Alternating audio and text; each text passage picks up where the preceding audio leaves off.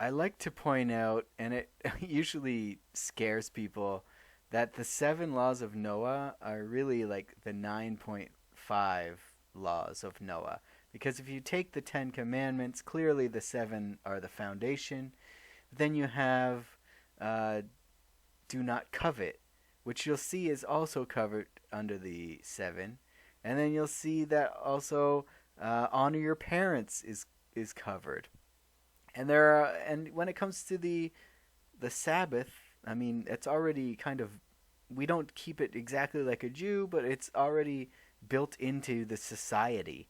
Everybody takes Saturday off, or you don't have to, but it's like built in. It's the weekend. Thank God it's Friday.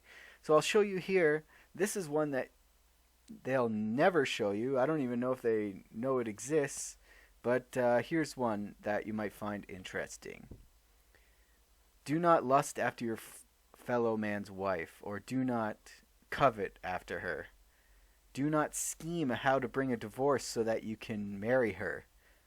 And then the translation of lo tachmod cannot be that you shall not kidnap her, or otherwise force her to sleep with you. This prohibition was already included in the prohibition to commit adultery, which is part of the seven laws of Noah.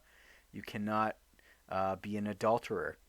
The first five commandments were all in the category of being no question of their being necessary. So again, they're all part of the seven laws of Noah. The need to accept God as Israel's master hardly had to be spelled out.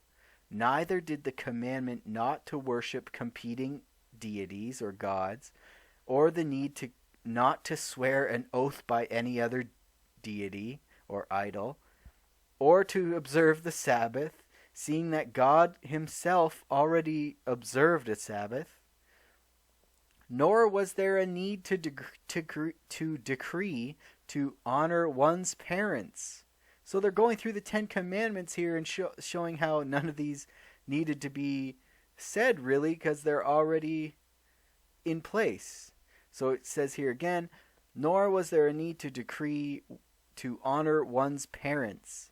Every Gentile does so already without having been ordered to do so by God.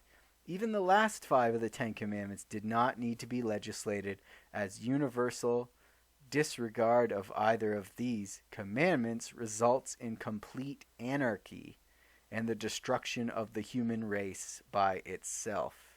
So we can see that the seven laws of Noah are really the foundation and the covenant of peace, and without which we'd have just complete chaos. But you can clearly see that do not covet is already covered there in adultery. And even I've seen as well, like let's say you're coveting over someone's belongings, that would be covered under the prohibition of theft, because this kind of coveting leads to theft. And again, every Gentile already, without having been ordered to, honors their parents.